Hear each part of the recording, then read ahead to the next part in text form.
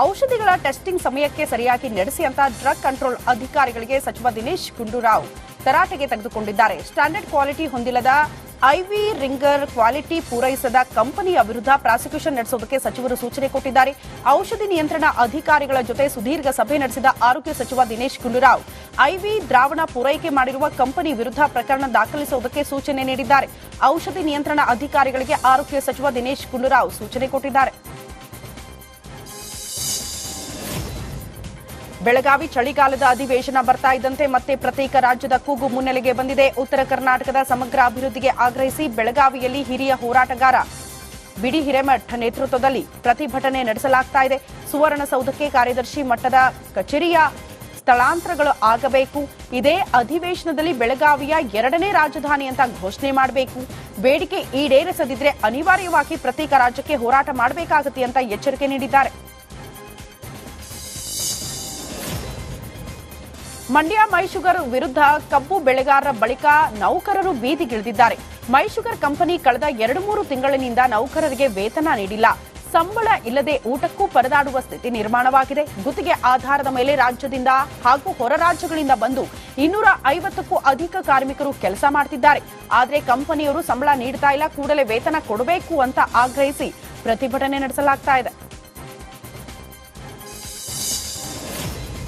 ಹಾವೇರಿ ಐತಿಹಾಸಿಕ ಕದರಮುಂಡಲಗಿ ಕಾಂತೇಶ ದೇವಸ್ಥಾನದಲ್ಲಿ ವಾನರ ಸೈನ್ಯ ಬೀಡು ಬಿಟ್ಟಿದೆ. ಹಾವೇರಿ ಜಿಲ್ಲೆಯ ಬ್ಯಾಡಗಿ ತಾಲೂಕಿನ ಕದರಮುಂಡಲಗಿ ಕಾಂತೇಶ ದೇವಸ್ಥಾನ ಕೋತಿಗಳಿದೆಯಂತೆ. ಅಲ್ಲಿ ಆಂಜನೇಯ ಪಾದದಡಿ 10ಕ್ಕೂ ಅಧಿಕ ಕೋತಿಗಳಿದೆ. ಸದಾ ಭಕ್ತರಿಂದ ತುಂಬಿ ತುಳುಕುತ್ತಾ ಇರುವ ದೇವಸ್ಥಾನದಲ್ಲಿ ಯಾರ ಭಯವೂ ಇಲ್ಲದೆ ಆಂಜನೇಯನ ಪಾದ ಸ್ಪರ್ಶ ಮಾಡ್ತಾ ಇವೆ. 1 ಗಂಟೆಗೂ ಹೆಚ್ಚು ಕಾಲ ಗರ್ಭಗುಡಿಯಲ್ಲೇ ಇರ್ತಾವಂತೆ. ಮೈಸೂರು ಜಿಲ್ಲೆ ಪಿರಿಯಾಪಟ್ಟಣದ ಮಸನಿಕಮ್ಮ ದೇವಸ್ಥಾನಕ್ಕೆ ಖ್ಯಾತ ಗಾಯಕಿ ಎಸ್ ಜಾನಕಿ ಭೇಟಿ ನೀಡಿ ವಿಶೇಷ ಪೂಜೆ ಸಲ್ಲಿಸಿದ್ದಾರೆ. ಪೂಜೆ ನಂತರ ಅರ್ಚಕರು ಎಸ್ ಜಾನಕಿ ಕಾಲಿಗೆ ಬಿದ್ದು ಆಶೀರ್ವಾದ ಪಡೆದುಕೊಂಡರು. ನಂತರ ಎಸ್ ಜಾನಕಿ ಪಿರಿಯಾಪಟ್ಟಣ ಪುರಸಭಾ ಸದಸ್ಯ ಪಿಎನ್ ವಿನೋದ್ ಮನೆಗೆ ಭೇಟಿ ನೀಡಿ ಕುಟುಂಬಸ್ಥರಿಂದ ಸನ್ಮಾನ ಸ್ವೀಕರಿಸಿದರು. ರೈತ ಟ್ರ್ಯಾಕ್ಟರ್ ಖರೀದಿ ಮಾಡದೆ ಇದ್ರೂ ಫೈನಾನ್ಸ್ ಕಂಪನಿಯಿಂದ ರೈತನಿಗೆ ಹಣ ಕಟ್ಟುವಂತೆ ನೋಟಿಸ್ ಬಂದಿದೆಯಂತೆ. ವಿಜಯನಗರ ಜಿಲ್ಲೆಯ ಕೂಡಲಗಿ ತಾಲೂಕಿನ ಪಾಲಯ್ಯನ ಕೋಟೆಯಲ್ಲಿ ರೈತ ಅಂಜನಪ್ಪ ಟ್ರ್ಯಾಕ್ಟರ್ ಖರೀದಿ ಮಾಡುವುದಕ್ಕೆ ಮುಂಗಡ ಹಣ ಕೊಟ್ಟು ಬಳಿಕ ಟ್ರ್ಯಾಕ್ಟರ್ ಬೇಡ ಅಂತ ವಾಪಸ್ ಹಾಕಿದ್ರಂತೆ. ಆದರೆ ಶೋರೂಂ ಮಾಲೀಕ ಆತನ ದಾಖಲೆಗಳನ್ನು ಬಳಸಿಕೊಂಡು ಮೋಸ ಮಾಡಿರುವ ಆರೋಪ ಕೇಳಿಬಂದಿದೆ. ಈ ಕುರಿತು ಕೊಟ್ಟೂರು ಪೊಲೀಸ್ ಠಾಣೆಯಲ್ಲಿ ದೂರು ನೀಡಲಾಗಿದೆ. ಕೊಪ್ಪಳದಲ್ಲಿ ಕೃಷಿ ಇಲಾಖೆಯಿಂದ ಖಾದ್ಯಗಳ ಪ್ರದರ್ಶನವನ್ನು ಆಯೋಜನೆ ಮಾಡಲಾಗಿದೆ.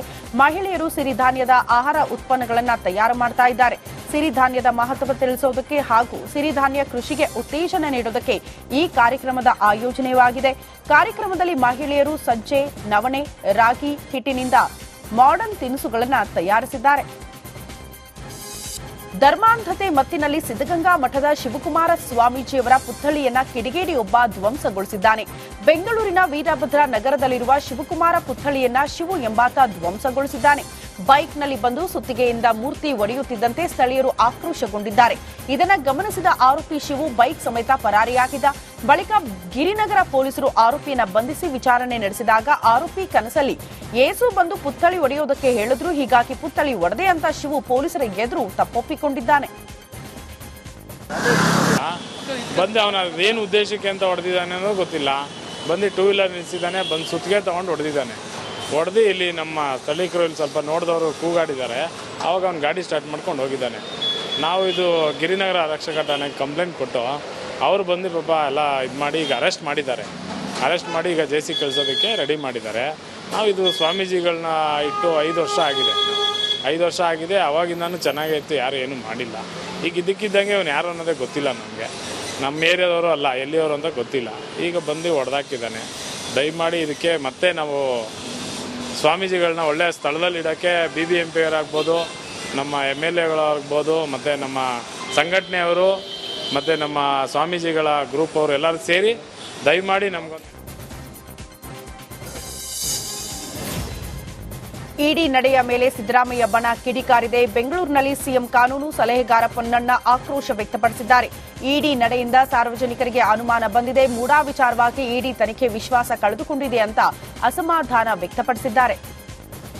ಕೋರ್ಟ್ನಲ್ಲಿ ಏನೋ ಆಗೋಗ್ಬಿಟ್ಟಿದೆ ಅಂತ ಹೇಳುವಂಥದ್ದು ಬರಲಿ ನ್ಯಾಯಾಧೀಶರ ಮನಸ್ಸಿಗೆ ಅಂತ ಹೇಳುವಂಥ ಉದ್ದೇಶದಿಂದ ಈ ಒಂದು ಪತ್ರವನ್ನು ಬರೆದಿದ್ದಾರೆ ಮತ್ತು ಆ ಪತ್ರವನ್ನು ಮಾಹಿತಿಯನ್ನು ಮಾಧ್ಯಮಗಳಿಗೆ ಕೂಡ ಕೊಟ್ಟಿದ್ದಾರೆ, ಉದ್ದೇಶಪೂರ್ವಕ ಕೊಟ್ಟಿದ್ದಾರೆ. ಸೋರಿಕೆ ಯಾವಾಗುತ್ತೆ? ಮಾಹಿತಿ ಅವರು ಉದ್ದೇಶಪೂರ್ವಕ ಕೊಡದೇ ಇದ್ದಾಗ ಮಾಧ್ಯಮದವರು ಇನ್ವೆಸ್ಟಿಗೇಷನ್ ಮಾಡಿ ತಗೊಂಡಾಗ ಸೋರಿಕೆ ಅಂತ ಹೇಳ್ಬೋದು. ಇದು ಸೋರಿಕೆ ಅಲ್ಲ, ಇದು ನ್ಯಾಯಾಧೀಶರ ಮೇಲೆ ಪ್ರಭಾವ ಬೀರುತ್ತೆ ಅಂತ ನಾನು ಹೇಳ್ತಾ ಇಲ್ಲ. ಆದರೆ ಉದ್ದೇಶ ಮೈಂಡನ್ನು ಪ್ರೆಜುಡಿಸ್ ಮಾಡಲಿ ಅಂತ ಹೇಳಿ ಈಗ ಮಾಧ್ಯಮದಲ್ಲಿ ಬಂತು, ಪತ್ರಿಕೆಗಳಲ್ಲಿ ಬಂತು. ನ್ಯಾಯಾಧೀಶರು ಕೂಡ ಮನುಷ್ಯ ಅಲ್ವಾ, ಓದ್ತಾರೆ ಅವರು. ಏನಪ್ಪ ಇದೇನೋ ಭಾಳ ದೊಡ್ಡ ಪ್ರಕರಣ ಇರೋಂಗಿದೆ ಅಂತೇಳಿ ಅವ್ರ ಮನಸ್ಸಿಗೆ ಬರಲಿ ಅಂತ ಹೇಳುವಂಥದ್ದು ಉದ್ದೇಶ. ಆದರೆ ನ್ಯಾಯಮೂರ್ತಿಗಳ ಮೇಲೆ, ನ್ಯಾಯಾಲಯದ ಮೇಲೆ ಪೂರ್ಣವಾದಂಥ ವಿಶ್ವಾಸ ನಮಗಿದೆ. ಆ ರೀತಿಯಾಗಿ ಅವ್ರು ಪ್ರಭಾವಿತರಾಗಲ್ಲ ಅಂತ ಹೇಳುವಂಥದ್ದು ಕೂಡ. ಕೊಲೆ ಪ್ರಕರಣದಲ್ಲಿ ಹಣ ಪಡೆದು ಆರೋಪಿಯನ್ನ ಕೈಬಿಟ್ಟ ಆರೋಪದಡಿ ರಾಮಮೂರ್ತಿ ನಗರ ಠಾಣೆ ಇನ್ಸ್ಪೆಕ್ಟರ್ ಮುತ್ತುರಾಜು ಸೇರಿದಂತೆ 6 ಸಿಬ್ಬಂದಿಯನ್ನ ಸಸ್ಪೆಂಡ್ ಮಾಡಲಾಗಿದೆ.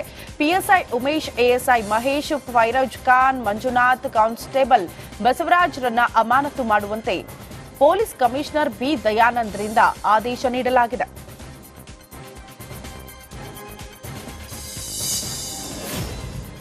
ರೇಣುಕಾಸ್ವಾಮಿ ಕೊಲೆ ಪ್ರಕರಣದಲ್ಲಿ ಜೈಲು ಸೇರಿದ್ದ ನಟ ದರ್ಶನ್ ಬೆನ್ನು ನೋವಿನ ಚಿಕಿತ್ಸೆಗೆ ಅಂತ ಮಧ್ಯಂತರ ಜಾಮೀನಿನ ಮೇಲೆ ಹೊರಬಂದಿದ್ದಾರೆ.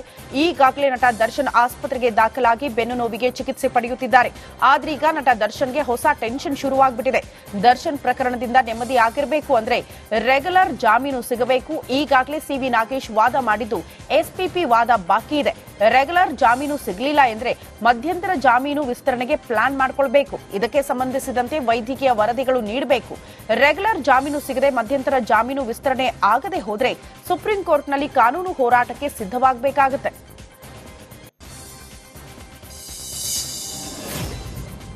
ಬೆಂಗಳೂರಿನ ಕಬ್ಜಾ ಮಾಡುವುದಕ್ಕೆ ವಕ್ಫ್ ಬೋರ್ಡ್ ಮುಂದಾಗಿದೆ. ಯಲಹಂಕದಲ್ಲಿ ಹೊಸದಾಗಿ ಬಿಡಿಎ 2ನೇ ಹಂತದ ಶಿವರಾಮ್ ಕಾರಂತ್ ಬಡಾವಣೆ ನಿರ್ಮಾಣ ಮಾಡಲಾಗ್ತಾ ಇದೆ. ಆದ್ರೆ ಈಗ ವಕ್ಫ್ ಬೋರ್ಡ್ ಈ ಜಾಗ ಕೂಡ ನಮ್ದೇ ಅನ್ನೋ ಖ್ಯಾತಿ ಶುರು ಮಾಡಿದೆ ಅಂತೆ. ಶಿವರಾಮ ಕಾರಂತ್ ಬಡಾವಣೆಯ 348 ಎಕರೆ ವಕ್ಫ್ ಆಸ್ತಿ. ಇದನ್ನ ಬಿಡಿಎ ಕಬಳಿಸಿ ಅಲ್ಲಿ ಬಡಾವಣೆ ಮಾಡುತ್ತಿದ್ದಾರಂತೆ. ಸದ್ಯ ನಮಗೆ ಅದೇ ಆಸ್ತಿ ಬೇಕು ಅಂತ ಕೇಳ್ತಾ ಇಲ್ಲ. ಪರ್ಯಾಯವಾಗಿ 348 ಎಕರೆ ಬೇರೆ ಆಸ್ತಿಯನ್ನ ವಕ್ಫ್ ಬೋರ್ಡ್ಗೆ ನೀಡಬೇಕು ಅಂತ ಮಾಜಿ ಅಧ್ಯಕ್ಷ ಶಫಿ ಸದಿ ರಿಪಬ್ಲಿಕನ್ಗೆ ಹೇಳಿಕೆ ಕೊಟ್ಟಿದ್ದಾರೆ.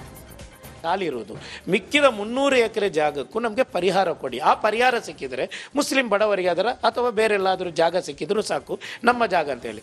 ಅಲ್ಲಿ ಶಿವರಾಮ್ ಕಾರಂತ್ ಬಡಾವಣೆಯಲ್ಲಿರುವಂತಹ ಮನೆಗಳಿಗೆ ತೊಂದರೆ ಕೊಡುವಂತಹ ಯಾವುದೇ ವಿಚಾರಕ್ಕೂ ಒಗ್ಗೂಡು ಹೋಗಿಲ್ಲ. ಒಂದು ಎರಡನೇದು ರಾಜ್ಯ ಜನತೆ ಇದು ಏನು ಆಲೋಚನೆ ಮಾಡಬೇಕಾಗಿರೋದು, ಚಿಂತಿಸಬೇಕಾಗಿರೋದು, ಈ ಶಿವರಾಮ್ ಕಾರಂತ್ ಬಡಾವಣೆ ಇತ್ತೀಚೆಗೆ ಅಲ್ಲಿ ಮನೆಗಳು ಬರ್ತಾ ಇರೋದು. ಕೇಸ್ ನಡೀತಾ ಇತ್ತು, ವಕ್ಫ್ ಜಾಗ ಅಂತ ಗೊತ್ತಿತ್ತು. ನಂತರನೂ ಏನು ಮಾಡಿದ್ದಾರೆ, ಅಲ್ಲಿ ಮನೆಗಳು ಮಾಡಿದ್ದಾರೆ. ಆದ್ರೂ ನಾವೇನು ಮಾಡಿಲ್ಲ.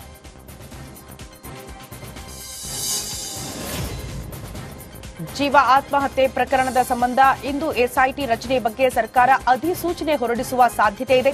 ಈಗಾಗಲೇ ಹೈಕೋರ್ಟ್ 3 ಐಪಿಎಸ್ ಅಧಿಕಾರಿಗಳನ್ನ ನಿಯುಕ್ತಿಗೊಳಿಸಿ ಎಸ್ಐಟಿ ರಚನೆಗೆ ಸೂಚನೆ ಕೊಟ್ಟಿದೆ. ಹೈಕೋರ್ಟ್ ಆದೇಶದನ್ವಯ ಎಸ್ಐಟಿಗೆ ಉಳಿದ ಸಿಬ್ಬಂದಿ ನೇಮಕ ಮಾಡುವಂತೆ ಸರ್ಕಾರ ಆದೇಶ ನೀಡುವ ಸಾಧ್ಯತೆ ಇದೆ.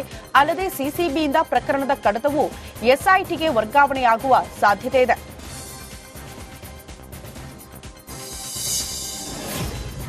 ಸಿಲಿಕಾನ್ ಸಿಟಿ ಬೆಂಗಳೂರಿನಲ್ಲಿರುವ ಸರ್ಕಾರಿ ಆಸ್ಪತ್ರೆಗಳಲ್ಲಿ ಔಷಧಿ ಸಮಸ್ಯೆ ಕೊರತೆ ಹೆಚ್ಚಾಗ್ಬಿಟ್ಟಿದೆ. 1 ವಾರದಲ್ಲಿ ಮೆಡಿಸಿನ್ ಸಮಸ್ಯೆ ಬಗೆಹರಿಸುವುದಾಗಿ ಆರೋಗ್ಯ ಸಚಿವರು ಭರವಸೆ ಕೊಟ್ಟಿದ್ರು. ಆದರೆ ವಾರ ಕಳೆದರೂ ಇದುವರೆಗೂ ಸಮಸ್ಯೆ ಬಗೆಹರಿದಿಲ್ಲ. ನಗರದ ಕೆಸಿ ಜನರಲ್, ವಿಕ್ಟೋರಿಯಾ ಸೇರಿದಂತೆ ಅನೇಕ ಆಸ್ಪತ್ರೆಗಳಲ್ಲಿ ಬಿಪಿ, ಶುಗರ್ ಸೇರಿದಂತೆ ಅನೇಕ ಮಾತ್ರೆಗಳು ಸಿಗ್ತಾ ಇಲ್ವಂತೆ. ಹೊರಗಡೆ ಔಷಧಿ ಕೊಳ್ಳೋದಕ್ಕೆ ಹಣವಿಲ್ಲದೆ ಬಡ ರೋಗಿಗಳು ಪರದಾಡುವಂತಾಗಿದೆ. ಸರ್ಕಾರ ನಮಗೆ ಸರ್ಕಾರಿ ಆಸ್ಪತ್ರೆಯಲ್ಲಿ ಔಷಧಿ ಕೊಡಬೇಕು ಅಂತ, ಸಿಗುವಂತೆ ಮಾಡಬೇಕು ಅಂತ ಬಡ ರೋಗಿಗಳು ಮನವಿ ಮಾಡ್ತಿದ್ದಾರೆ. ಮಾಜಿ ಶಾಸಕ ಗುರು ಪಾಟೀಲ್ ಸ್ವಗ್ರಾಮದಲ್ಲಿ ಅಕ್ರಮ ಗಣಿಗಾರಿಕೆ ನಡೀತಾ ಇದೆ. ಯಾದಗಿರಿ ಜಿಲ್ಲೆಯ ಶಹಾಪುರ ತಾಲೂಕಿನ ಶಿರವಾಳ ಗ್ರಾಮದಲ್ಲಿ ಹಾಡು ಹಗಲೇ ಅಕ್ರಮವಾಗಿ ಕಲ್ಲು ಬ್ಲಾಸ್ಟಿಂಗ್ ನಡೆಸಲಾಗ್ತಾ ಇದೆ. ಅಕ್ರಮ ಕಲ್ಲು ಗಣಿಗಾರಿಕೆ ನಡೀತಾ ಇದ್ರೂ ಅಧಿಕಾರಿಗಳು ಮಾತ್ರ ಕ್ರಮ ಕೈಗೊಳ್ಳುತ್ತಿಲ್ಲ ಅಂತ ಸಾರ್ವಜನಿಕರು ಆಕ್ರೋಶ ವ್ಯಕ್ತಪಡಿಸುತ್ತಿದ್ದಾರೆ. ಗ್ಯಾಸ್ ಲೈನ್ ಕಾಮಗಾರಿಯಿಂದ ನೀರು ನಿಂತು ಹೆದ್ದಾರಿ ಕುಸಿತವಾಗಿರುವ ಘಟನೆ ಮಂಗಳೂರಿನಲ್ಲಿ ನಡೆದಿದೆ. ಕೂಳೂರಿನ ಗ್ಯಾಸ್ ಲೈನ್ಗಾಗಿ ಗೇಲ್ ಸಂಸ್ಥೆ ಹೆದ್ದಾರಿ ಅಗೆದು ಬಿಟ್ಟಿದೆ. ಇದರಿಂದ ಗುಂಡಿಯಲ್ಲಿ ನೀರು ನಿಂತು ಮಂಗಳೂರು ಉಡುಪಿ ಸಂಪರ್ಕ ಕಲ್ಪಿಸುವ ರಾಷ್ಟ್ರೀಯ ಹೆದ್ದಾರಿ 66ರ ಬದಿ ಕುಸಿತವಾಗಿದೆ. ಸದ್ಯ ಹೆದ್ದಾರಿ ಕುಸಿತದಿಂದ ವಾಹನ ಸವಾರಿಗೆ ಸಮಸ್ಯೆ ಆಗ್ತಾ ಇದೆ. ವಾರದೊಳಗಡೆ ಹೆದ್ದಾರಿ ಸರಿಪಡಿಸಬೇಕು ಅಂತ ಸಾರ್ವಜನಿಕರು ಆಗ್ರಹಿಸಿದ್ದಾರೆ. ಇಡೀ ಜಿಲ್ಲೆಗೆ ಅವರು ಮೇಲಧಿಕಾರಿ, ಕಾರ್ಪೊರೇಷನ್ಗಿಂತ ಮೇಲೆ ಅವರೇ. ಎಲ್ಲ ಡಿಪಾರ್ಟ್ಮೆಂಟ್ಗಳು ಅವರಿಗೆ ಸಂಬಂಧ ಉಂಟು. ಆದ ಕಾರಣ ಅವರು ಕೂಡಲೇ ಇಂಥ ಸ್ಥಳಗಳನ್ನು ಒಂದು ತಿಂಗಳಿಗೆ ಒಮ್ಮೆ ಆದರೂ ಪರಿಶೀಲನೆಗೆ ಹೋಗಿ ಅದನ್ನು ನೋಡಿಕೊಂಡು ಆ ಯಾವ ಡಿಪಾರ್ಟ್ಮೆಂಟ್ನವರು ಯಾವ ಕಂಪನಿಯವರು ಅದನ್ನು ಹಾಳು ಮಾಡಿದ್ದಾರೆ ಅವರಿಗೆ ವಾರ್ನಿಂಗ್ ಕೊಟ್ಟು ಇನ್ ರೈಟಿಂಗ್ ಅದನ್ನು ಸರಿಪಡಿಸಿ ಜನರ ಜೀವದ ಭದ್ರತೆಯನ್ನು ತಾವು ನೋಡಿಕೊಳ್ಳಬೇಕಾಗಿ ನಾನು ಕೇಳ್ಕೊಳ್ತೇನೆ. ಅದರಲ್ಲೂ ನಾನು ಇವತ್ತು ಏನಂತ ಹೇಳಿದರೆ ಕೂಳೂರು ಕಡೆ ಅದು ಮಾಡಿದ ಅಲ್ಲಿ ಅವರ ಕೆಲಸದಿಂದಾಗಿ ಸಾಧಾರಣ ಮೊದಲೇ ನಮ್ಮ ನಗರದ ಮತ್ತು ಜಿಲ್ಲೆಯ ಮಟ್ಟಿಗೆ ಎಲ್ಲರೂ ದೂರ್ತಾರೆ. ನಾನು ನರಕ ಅಂತ ಹೇಳಿರುವುದಿಲ್ಲ, ಇಲ್ಲಿ ಇವರ ಅಗೆತದಿಂದಾಗಿ ಅದು ನರಕ ಸೃಷ್ಟಿಯಾಗಿದೆ ಅಲ್ಲಿ. ಆದ ಕಾರಣ ಜನರ ಪ್ರಾಣ ಹೋಗುವ ಮೊದಲು ಅದನ್ನು ಆ ಸಂಬಂಧಪಟ್ಟ ಕಂಪನಿಯವರ ಹತ್ರ ಆಡಳಿತದವರು ಎಚ್ಚರಿಕೆ ಕೊಟ್ಟು ಅದನ್ನು ಸರಿಪಡಿಸಬೇಕು. ಕಾರವಾರ ನೌಕಾ ನೆಲೆಯಲ್ಲಿ ಅದ್ದೂರಿಯಾಗಿ ನೌಕಾ ದಿನ ಆಚರಣೆ ಮಾಡಲಾಯಿತು. ರಾಜ್ಯಪಾಲ ಥಾವರ್ ಚಂದ್ ಗೆಹ್ಲೋಟ್ 1961ರಲ್ಲಿ ಪೋರ್ಚುಗೀಸರಿಂದ ಅಂಜದೀಪ್ ದ್ವೀಪವನ್ನ ವಿಮೋಚನೆಗೊಳಿಸಿದ ವೀರ ಯೋಧರ ಸ್ಮಾರಕಕ್ಕೆ ನಮನ ಸಲ್ಲಿಸಿದ್ರು. ಈ ವೇಳೆ ಗವರ್ನರ್ಗೆ rear admiral KM Ramakrishnan VSM ಸಾಥ್ ಕೊಟ್ಟರು.